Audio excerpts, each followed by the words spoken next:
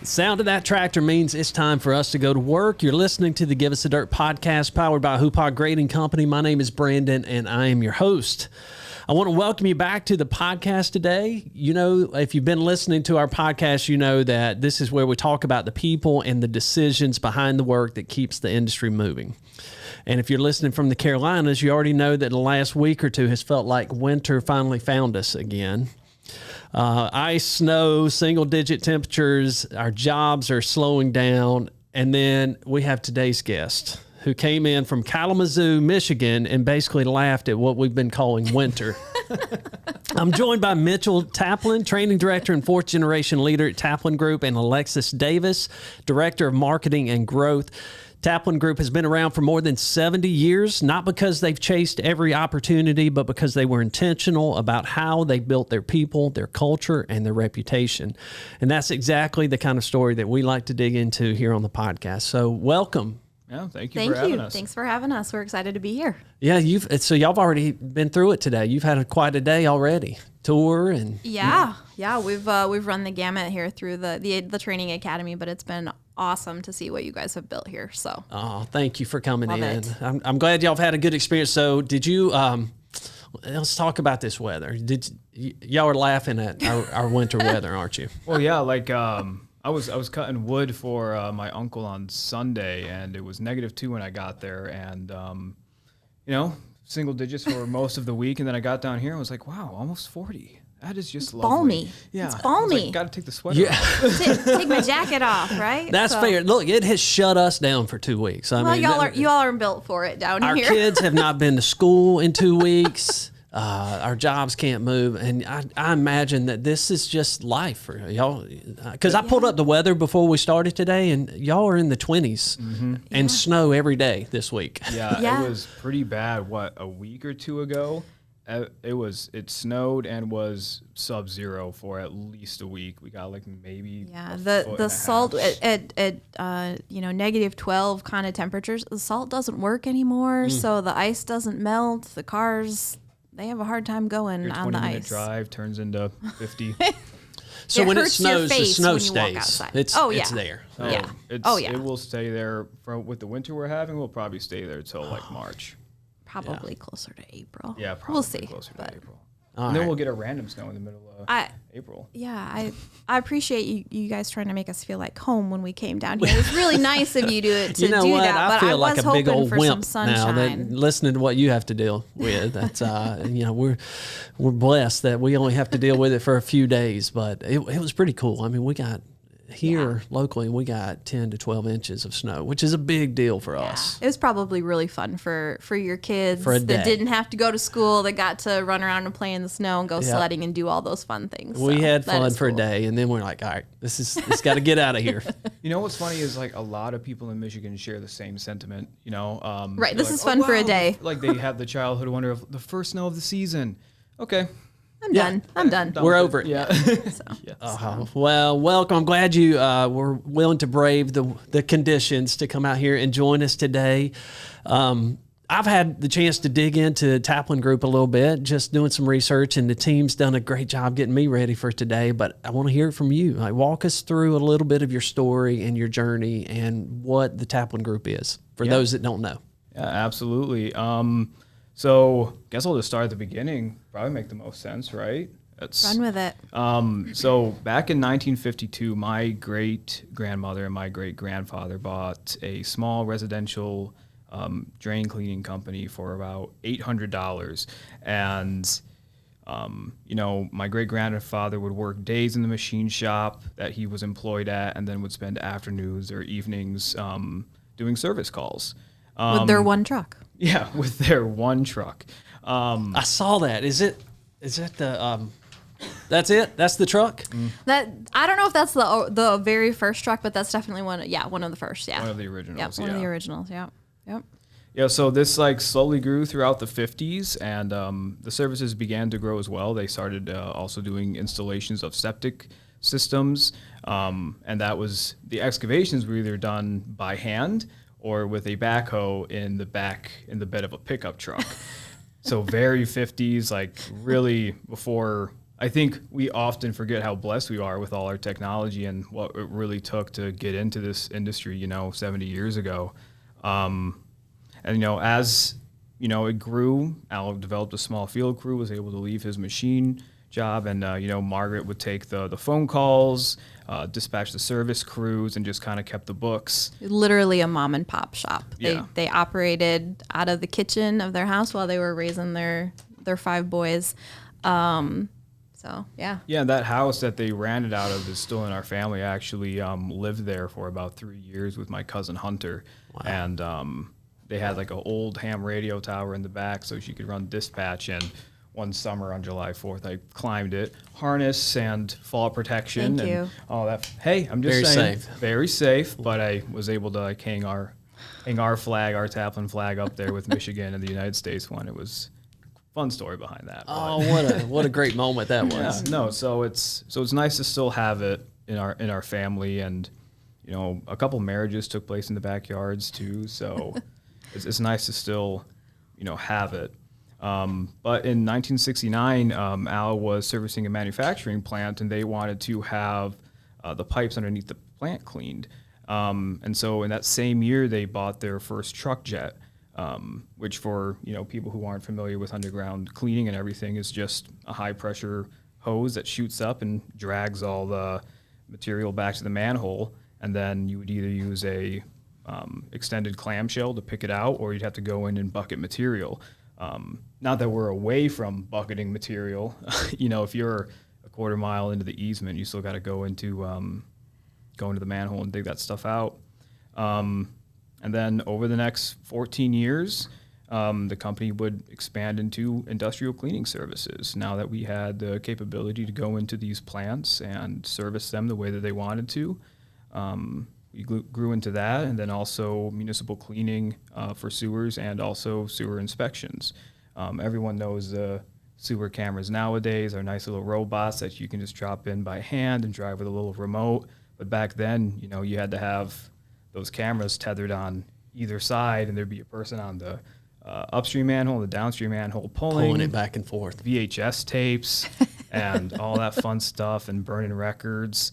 And then, so it just kind of kept snowballing from there, and they were able to do hazardous waste transportation.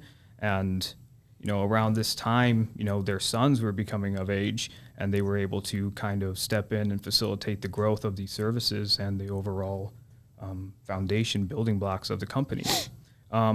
We laugh at that, not to interrupt you, but we laugh at the technology now. We talk about how archaic that is, but at the time, that was well ahead of the game. I mean, that was for sure. That technology. I mean, even the jet truck and the camera operations. And that was really, I'll interject there and just kind of say that was really kind of a big hallmark, I think, even from those very early days with the company, and that sort of like Taplin innovation, I guess you could say, just kind of like looking at, this is an opportunity. How do I solve that? How do I let's puzzle it out, right? Let's solve that. So so that entrepreneurial spirit has really just been a driver for. It runs deep in the family, I think. in the family and the company as well. Yeah. Was that Al? Was that his mindset? Mm-hmm. Yeah, it was like, hey, it was he. He kind of took that over as a way to provide for his family, but I would say his sons really pushed the vision of what it could become. Yeah. My great uncles, Steve and Mike, who still work in the company, Steve being our owner, and my uncle Mike helping run the industrial services, and I'll dig into that a little bit later, but they really had the forward-thinking vision of where this could go. Yeah. I think Al had that entrepreneurial spirit of like, let me own something to provide for my family, and then his son's kind of also the next step of generational entrepreneurship is like, how do we take this farther? Where else can it go? Yeah. Mm-hmm. And he allowed them to. Mm-hmm. Exactly. And he gave them space to do that too. Yeah. And they kind of each, over the years, each of their sons kind of found their own niche, their own market. Steve B., who's our current owner, he sort of went the way of earthwork, of moving dirt and doing the remediation side of things. And they each kind of found their niche over the years. And I don't know, it at some point it all sort of converged together, right? Like, and that's what got us here. So yeah, like through the early 60s and the 70s was really when they were finding their niches. And then, a big step was, between the 1970 and 1980, the federal government started creating those environmental regulations that were forcing companies and municipalities to start dealing with the pollution that they either caused or let happen. And there were three major pieces of legislation that really drove that. The Clean Water Act in 1970, the Resource Conservation and Recovery Act in 1979, and the Superfund Law of 1980, which was huge for dirt work in general and environmental remediation. And on the heels of that, the former generations of Taplin, they found another huge opportunity in environmental remediation. And so in 1983, they got into that, and they just kept rolling with all these services. And, the 1990s hit, and then Al and Margaret were like, we like to enjoy the sunset years of our lives. So they kind of stepped down, and, their son stepped in. Mike ended up taking industrial services. Steve took the environmental remediation, the dirt work, and my grandfather, Pat, took over the municipal sewer cleaning and televising. And then one of their sons ended up buying the septic sewer installations and the sewer installation business the residential from them. side, yeah. Yeah, and kind of like took that like out of the family of businesses. So just to keep going with the story, overall, in 2004, we ended up losing my grandfather, Pat, to a heart attack at the age of 52. And my grandfather is often credited through many people in my family as the glue that kind of held the overall family together, just always focusing on the best in people.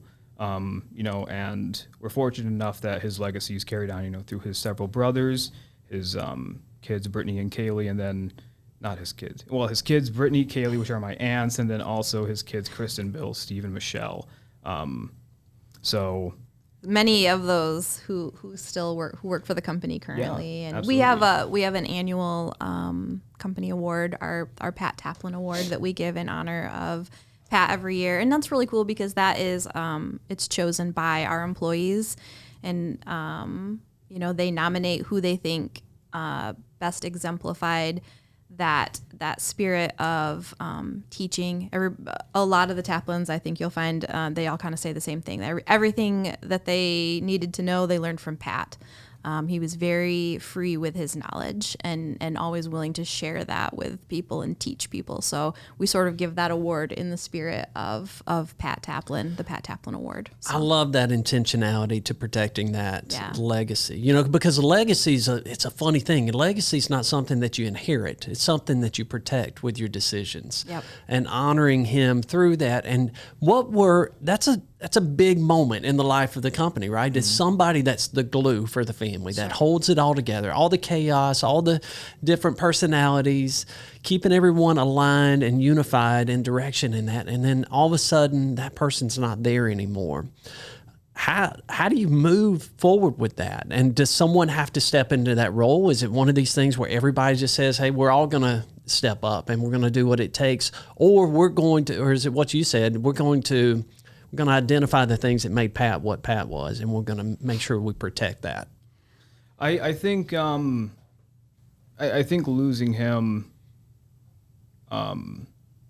it allowed everyone to really analyze, the role they played, and you can see a lot of Pat in his children and in his brothers, and they very much keep that legacy alive. And although we did sort of have to have somebody step in, though. I mean, that was sort of necessary. So that was, Pat's death was kind of the catalyst that brought Steve B kind of back to things and to look at what was there, look at what the family as a whole had done to that point, and say, all right, let's let's get our poop in a group here, right? Let's bring it all back together. And that's kind of exactly what Steve did then at that point. He brought everything back. He bought Pat's company, Pat's municipal company, brought it into the fold, and brought Mike's industrial side of the company back in. And so then we ended up with a multifaceted kind of environmental services contracting company. And that was really kind of where we started what we are today, where we kind of have that multifaceted, which I think really makes us unique. The fact that we have a pretty wide scope of what we do in the environmental services. I think it's fascinating. I really do. And, and I don't want to generalize it, but I mean, you've got Taplin before, and then you've got Taplin 2.0 here. What things were important to you that you didn't want to lose? And then what things did you realize at that point, all right, we do have to change?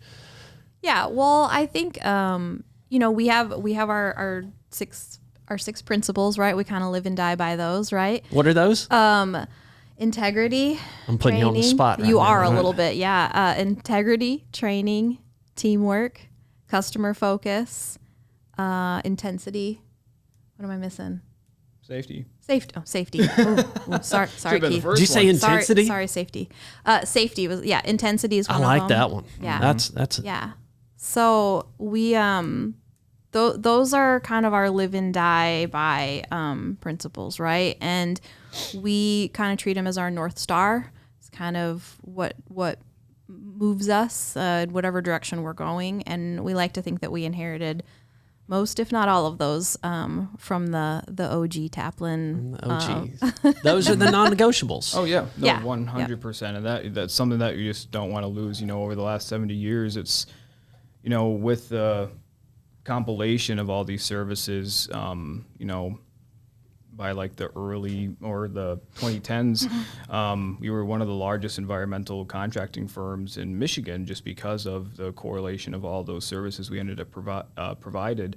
And, Steve and everyone else in the family and in the company didn't want to compromise on the quality that people had come to expect from us as a company and as a family. And I think intensity is probably one that drives pretty deep. We're very intense about our work, very passionate about it, and I think that's what does that mean to the Taplin Group? What does the word intensity mean? I think it's a grittiness. I think it means it's that passion, right? It's the grittiness. It's the saying, this is the thing. Whatever the thing is in that moment, it's saying, this is the thing, and I'm doing the thing. I'm doing it. Yeah, it's what a great word. It seriously is just one of those things where it's like, I think we've all been in a position where it's like, oh my goodness, this is going to be a monster. And that intensity is just like, well, the monster needs to be slayed. And what's that quote? Here I am, send me. Yeah. Here am I, send me. Yeah. So that's what intensity, I think, means for all of us, is just showing up, doing the job, doing it the best of our ability in order to.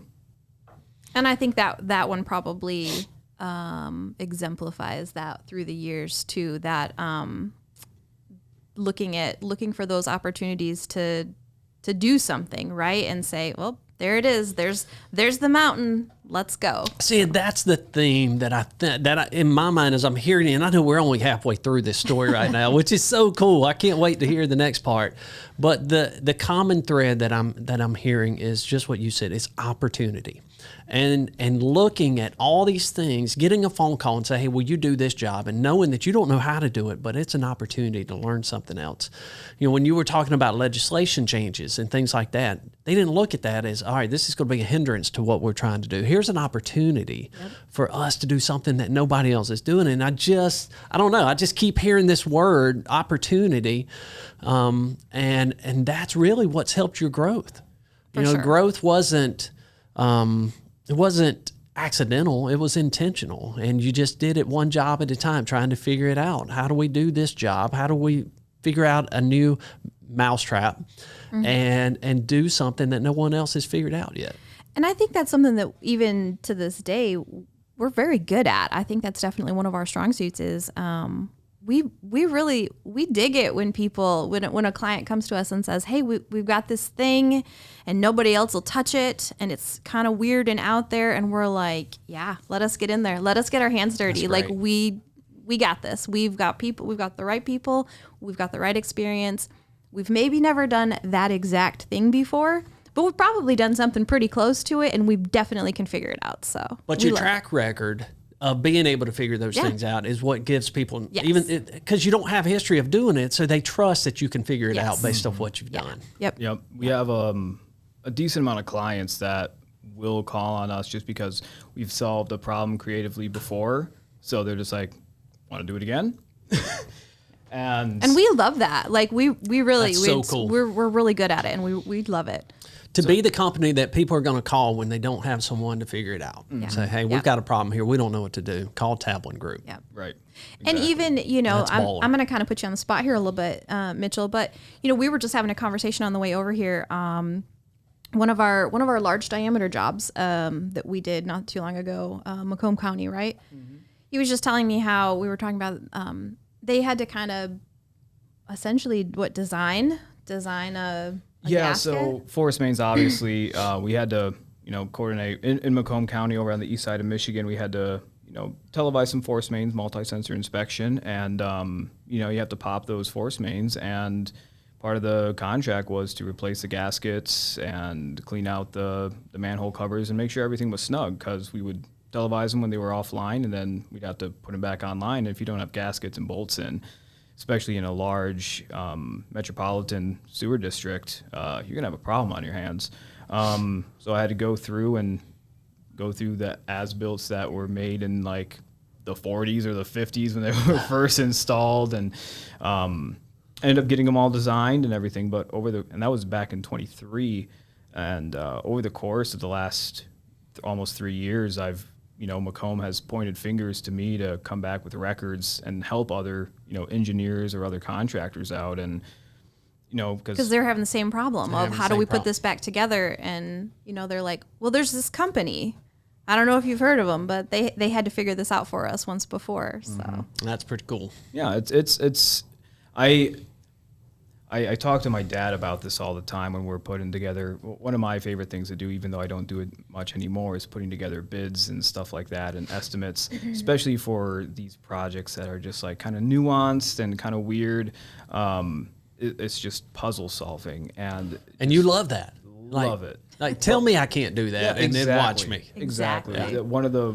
I think we all hate the word impossible, right? Like, no, there's a way to do it. Let's dig into this. Let's figure out a way to do this. Isn't that the beautiful part of our industry? Mm-hmm. I think that gets overlooked so often, is that we're the ones solving the problems. We're the ones solving the problems that no one else knows how to do it.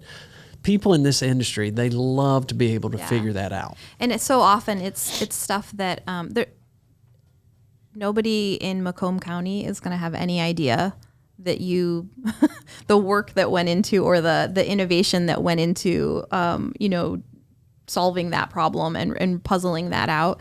It just is another day, right? Just under the surface. It goes unseen, and it goes, if we're doing our jobs well, the vast majority of the population never knows we were even there. And true. But within the industry, it's for sure. It's a big deal for us to be able to be the ones to solve that. Yeah. Well, that's where you come in. Right. You got to make sure they know you're there. That's true. That's true. That's where my job comes in, is telling people that we were there. We were here. Well, so we've identified that there are a lot of jobs you've said yes to. Mm-hmm. What kind of jobs do you say no to? Is there a job that you would say no to? Specifically in the underground infrastructure business line right now, it's the lining. The whole lining craze that's going on right now. Seems like everyone wants a piece of the lining, but not saying that we're not involved with it. We'll do the prep work. We'll do the cleaning in the underground work. So that's one that we say no to, just knowing our limits there. And then we do a lot of like spill response and everything like that too, but not so much more on like a residential.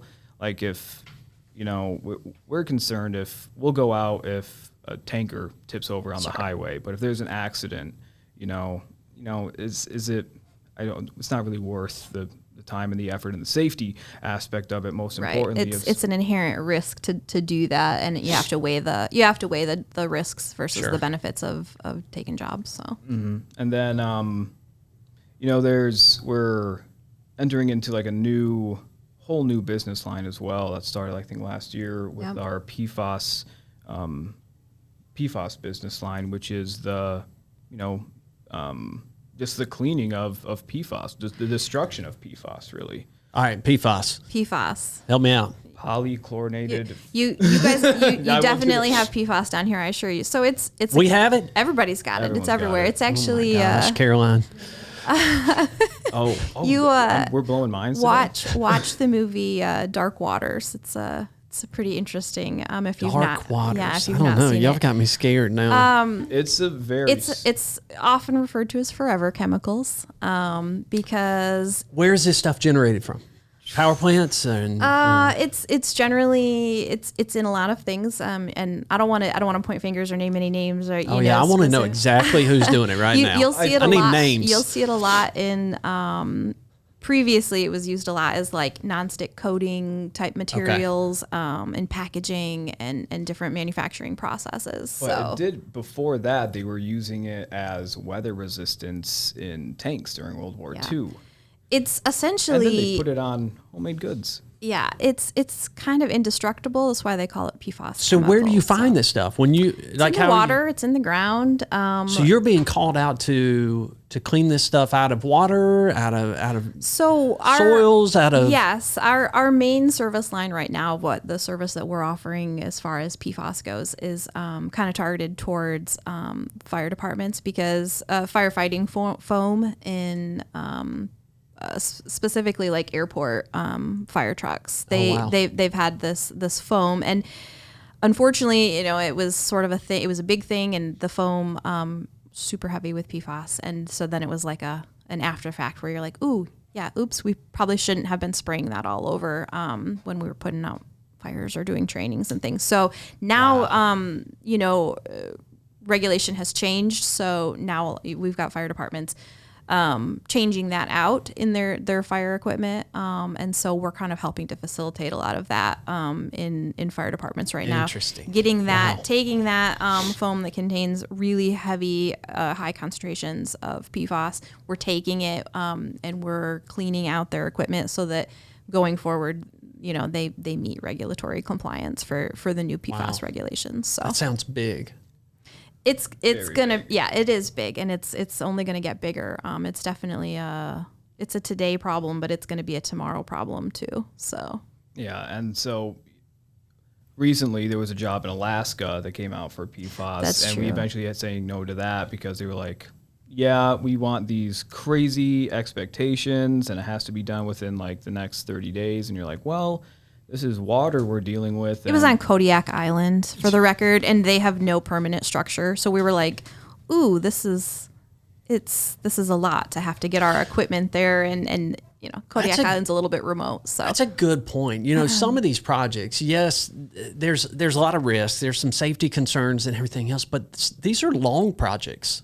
yeah, There's a times, lot of yeah. accountability. There's a lot of implications involved in Yeah. doing this. And so you have to calculate all of that Yeah. when you make the decision, Yep. go or no go. Yep. On that I read about one on the Enbridge Line 5.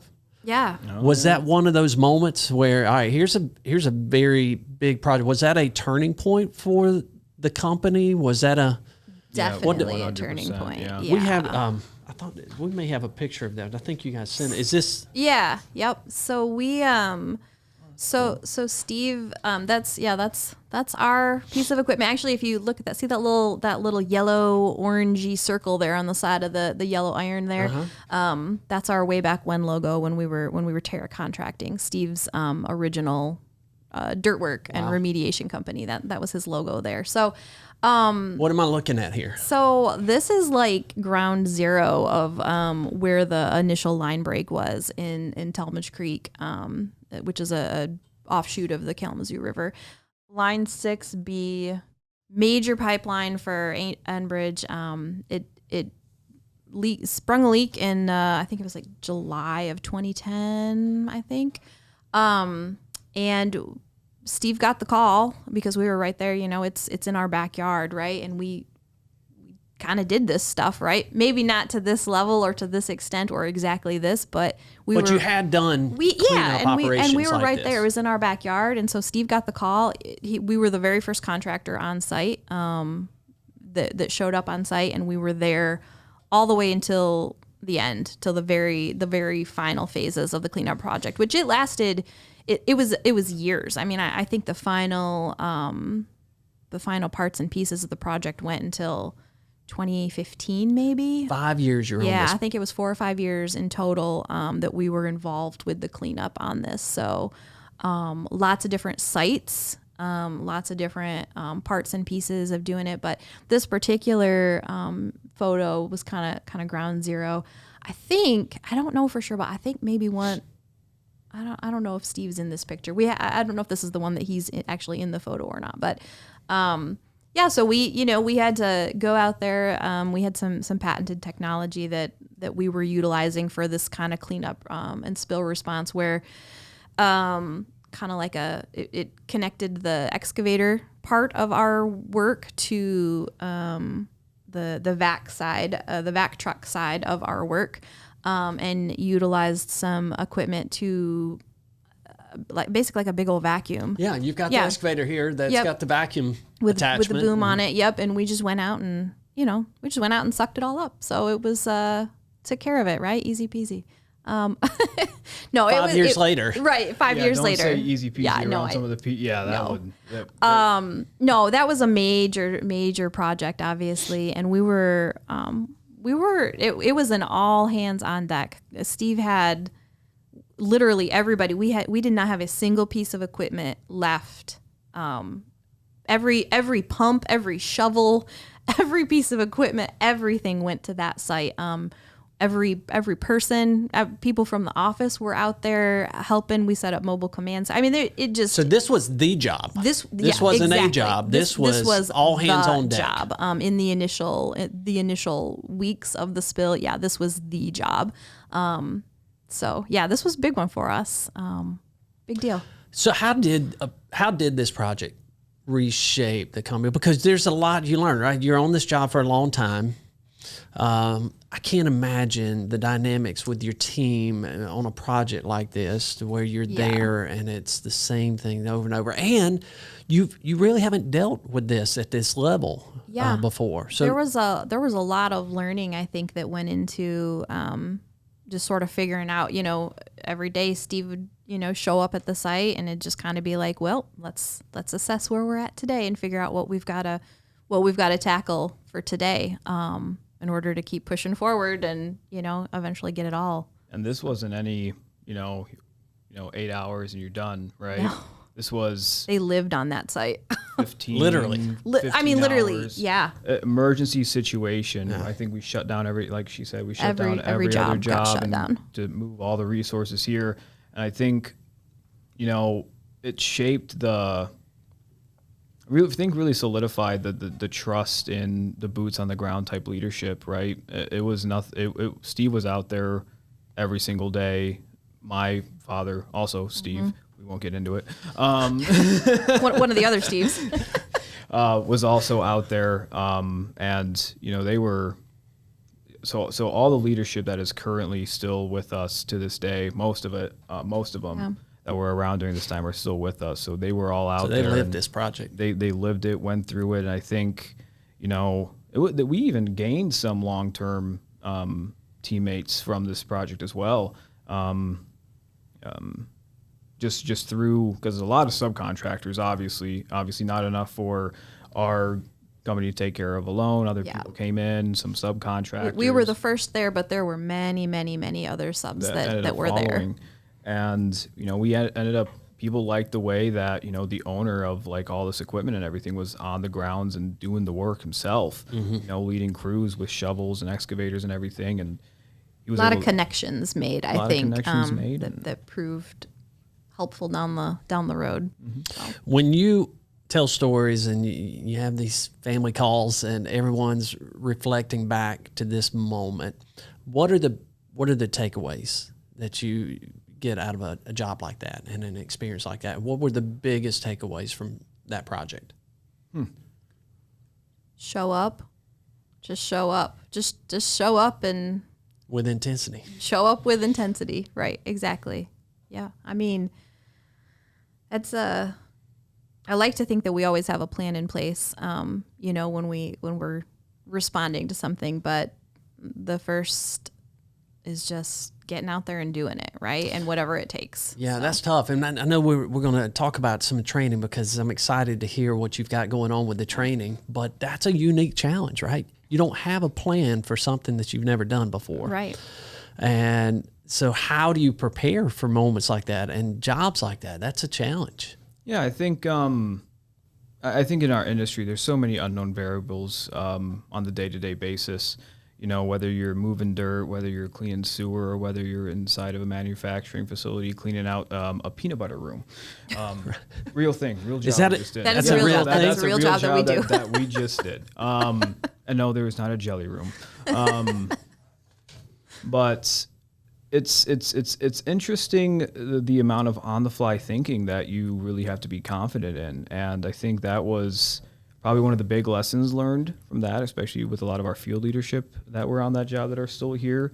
You know, and something that we really try and, you know, cultivate. Not being able to think on the fly when things go wrong can really kill a day, can kill a job. So being able to have a cultivation of thinking, having working the problem, not having the problem work you, and more importantly, thinking how to think about a problem, not just identifying the problem.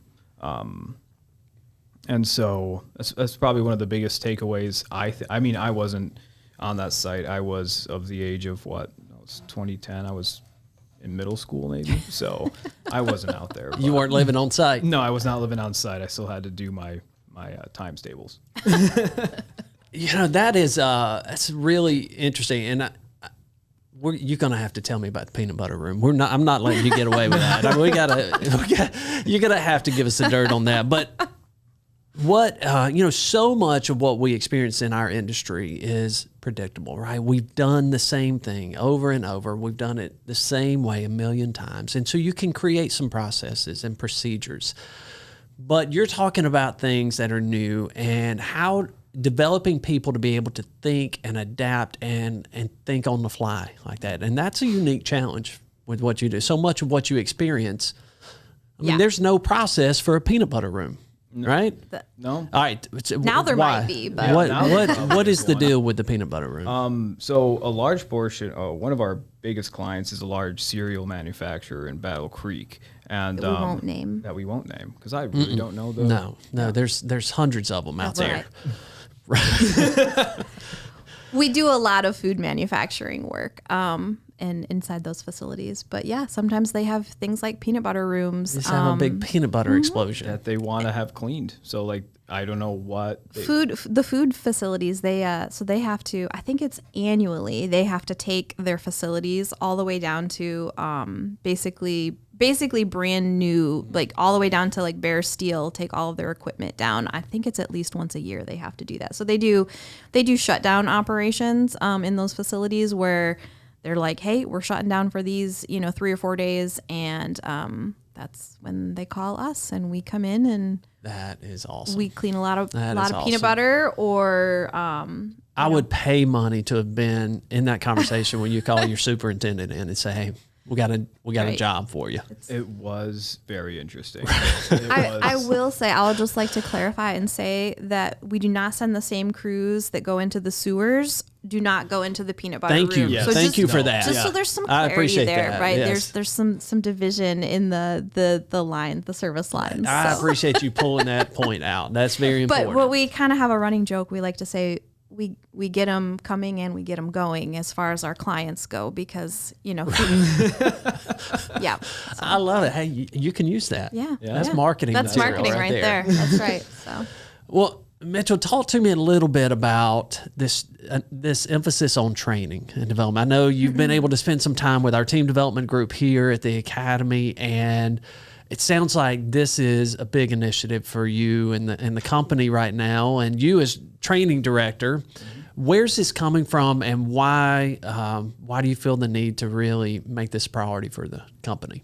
Well, I mean, you were talking about it. It's an opportunity, right? It's for a large portion of our history, we were taking opportunities when it comes to the work that we do, and we found our niches, and we really honed in on them, and we've been able to create a pretty stable base for ourselves when it comes to the work we do well, and the work that matters, not only to us, but obviously the environment and the people we're servicing. And now we're getting to a point, it's like, okay, we have these strong service lines. How do we stabilize the company to last another 70 years? And how do we provide something more stable for the people performing the work out there in the peanut butter rooms and in the sewers? And realistically, there's a huge opportunity in order to really invest in our fellow teammates and the people performing the work, and that's where it's driving from, a deep care for the people that come to work every day and put themselves in dangerous situations, put themselves in extreme cold or extreme heats or peanut butter rooms, and giving an opportunity to create a company where they don't want to leave because they feel like they're invested in, and to create a career that is fruitful for them, their families, and overall a longer reach into, I think, a trade that is often overlooked when people mention the trades. So yeah, that's where it's coming from. Just an investment and a gift back to the people that have been with us for a long time, and the new people coming in that are looking for a place to call home. I love that, and it sounds like you've had that. That's there. People love being at this company. Their hearts are there. But if I'm an employee of the Taplin Group and I'm hearing you speak right now on this podcast, it gives me so much comfort and pride knowing that you're talking about the next 70 years. You're talking about the people. You're not talking about the size of the company. You're not talking about the growth. You're not talking about the profit. You're talking about a people-first mentality, investing back into them so that this thing can carry on well beyond you. Mm-hmm. Yeah, I think it's a great message. Yeah, it's lovely because the Taplins aren't the only family members that are working within a family business, right? We have multiple sets of fathers and sons and nephews, brothers, cousins. Yeah, we love it when we get employees that are like, hey, I'm so and so's brother-in-law and he referred me here. Like they come through on Monday morning onboarding and you're like, how'd you find us? Oh yeah, well, so-and-so is my brother-in-law or my cousin and they said I should work here. Well, good. We must be doing something right then. That makes me happy when I hear that. So, and I love hearing too, especially in a family business, that your last name doesn't have to be Taplin to be part of the family. Mm-mm. No, everybody, we're all family. And I know that's kind of like taboo, I think there's been a really negative connotation associated with companies that refer to their employees as family. And I get that. But that's whatever. I don't think it's taboo. I mean, we do that here, and this is our family. I know they say, oh, you shouldn't, it's a red flag, right? Who says that? I don't know. They say it on the LinkedIn, right? No, okay. I'm not going to listen. They say it on the LinkedIn. LinkedIn. It's a red flag, but I don't think it's a red flag at all. And we really believe it. It's not just words on a sign or, on a poster on the wall. It really means something to us. And we take it really seriously.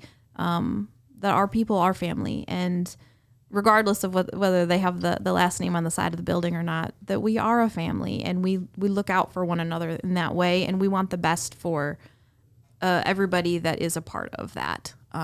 We win together, we lose together. Hopefully we win more than we lose, but we do it together because we're family. I love the commitment to the training, and I can tell that this is a huge part of your culture and your heart for doing this. we talked a little bit before we started the podcast about the journey and being able to understand this is a journey, right? This is a commitment. It's going to take some time. This is not an easy. You can't just say, "Hey, we're going to do this," and flip the switch and it's done. And so, knowing that, 5 years, 7 years from now, what do you hope your training program has given you? What do you hope is different about the company based off your commitment to training and development? Yeah, absolutely. Opportunities for people who have been here for a long time, or people who are just coming in. Want them to walk into. I feel like I want to be able to provide a space where people can come in and be like, "Wow, look at all the places I can go," right? And there's a career development pathways for options, things that they can be passionate about. And obviously the big ones, just feel like a lot can happen. I mean, you can never be done with safety development, right? The biggest thing is just making sure people go home safely. Like I said, dangerous situations, and you want to make sure everyone's looking out for themselves, looking out for their coworkers. So that's a big one as well. And realistically, like you said before the podcast, we were able to take a tour with with the team here, and what you guys have going is fantastic as well. And so inspiring. It's incredibly inspiring and emulating, because it's a different ball game for us, right? But there's a lot of things you guys are doing right that we can really learn from. And so emulating a space where we have the buy-in from everyone to be like, these people care, and I can buy into that care. I like being here because they make me a better version of myself, and they're invested in more than just the way I operate a shovel, right? So in the next 5 or 7 years, hard to imagine that, right, with what we have. Where we're at right now. But it's possible. It's possible. You can do it. Hey, it's one of those things, that's that intensity, and never saying impossible, right? Bring the same tenacity and the same intensity to this as we do to cleaning a sewer or moving some dirt or cleaning out a jelly room. Well, a lot of times people think we've got to have training and development, and their main focus is safety, which I'm not discounting that. We've got to be safe, and we've got to train to make sure that our people are going home in the same condition they showed up, right? But you've also identified that career development opportunities, like how can I make a career out of this? How can I provide for my families and do something long term? Retention, keeping your people there, that loyalty to the company. Like, I think training and development helps with that. And then just that quality of excellence that you've already established over the last 70 years. How do you maintain that so that doesn't get sacrificed with the growth? Yep. Being able to scale and do and accomplish all the things that we want to do as a company, and continue to grow and be able to say yes to more of those opportunities, right? But with that scaling, you have to be able to do it in a way that is sustainable and makes sense and keeps people. So, and Alexis, you're charged with the marketing, right? Yeah. I want to, Kiana, can you why don't you pull this up real quick? This was a great picture right here. You like that? You like that? And how do you sell that right there? Well, I'm very good at my job, actually. So that looks.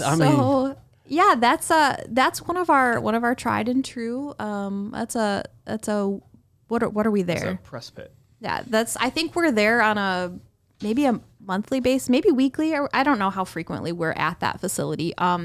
But yeah, I mean, if that doesn't paint the picture of dirty jobs, and we like to say this work isn't for everyone, right? It does take a special kind of person to be able to show up, and that's your workplace, right? But we want our people to be able to look at that and go, yeah. I mean, heck yeah, not everybody can do that, but you know what? I can. I did it. That's, you know what I mean? We want them to take that pride in what they're doing, and to acknowledge the fact that, we're a special breed, right? Like we're a special breed to do what we do every I love day, that you so. lean into that, Yeah, right? Instead yeah. of trying to hide from it. And there's a couple other pictures here that y'all sent us. Let's see, we've got this one, which I love, and then we've got. Tell me what's going on in this. Let's see. That right there. That one. So that's Same actually that's cleaning out. It's not the same place. Actually, Is it not the it's same not. place? That is a different job. I know it kind of looks the same, right?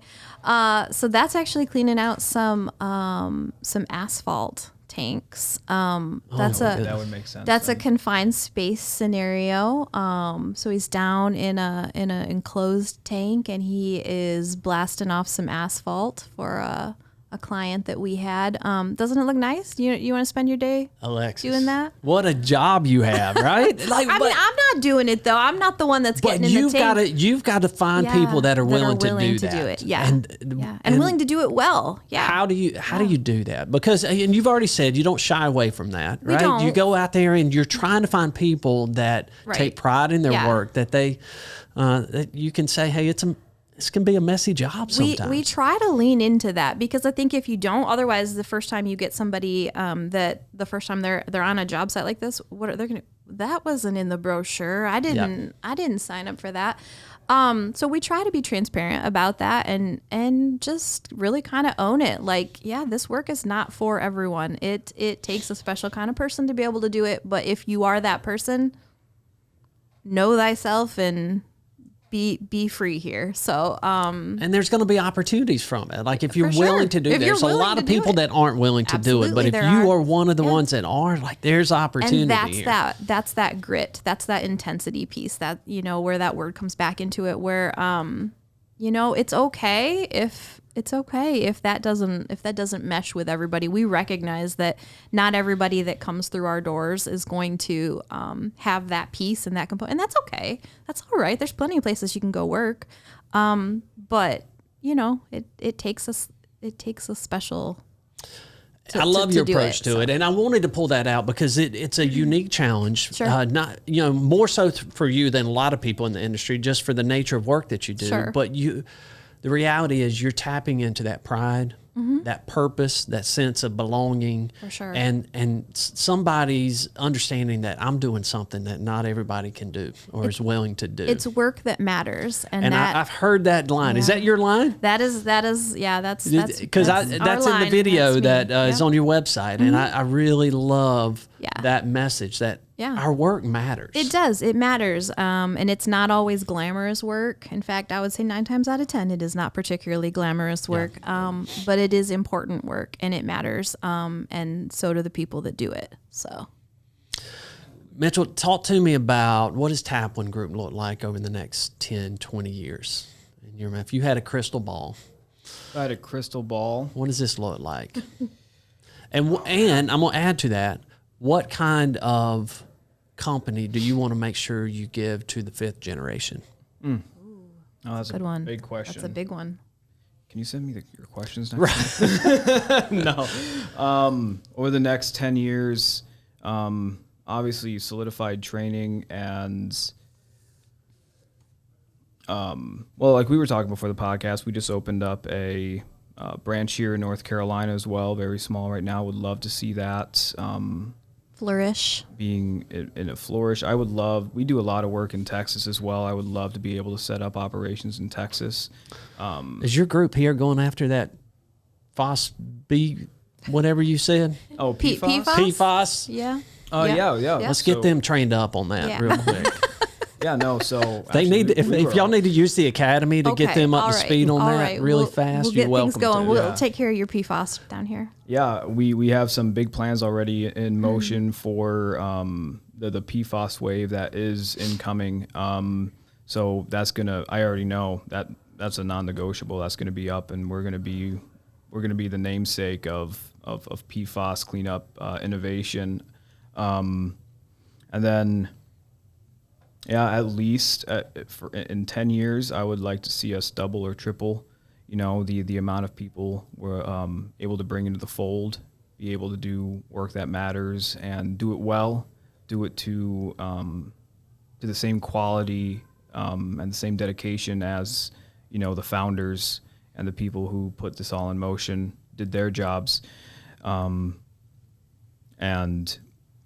give a company over to the fifth generation that doesn't have the struggles that and I think that goes for every generation of a company. You want to be able to hand it over in a better state than when you got it, and you want to be able to still have challenges for them to overcome in order to keep carrying on the legacy of their family members, of the company, and but having some stability to be able to kind of explore. So be able to go after those unique opportunities and being able to kind of weather any storm, right? Like, there are ups and downs. You have a good quarter, you have a bad quarter, whatever. Being able to kind of weather those storms that come in this industry, and have it just kind of be like, not, it's incidental. It's not a huge, because we're stable enough. We've gotten all of our ducks in a row, and we've put everything into place that needs to be able to have that sustainability for another 70 years. So. And you've got stories of overcoming those. Oh, we have so many stories. In fact, fun fact. Steve wrote a book. He wrote a book recently. It's called Son of a Sewer Cleaner. I'll send you a copy.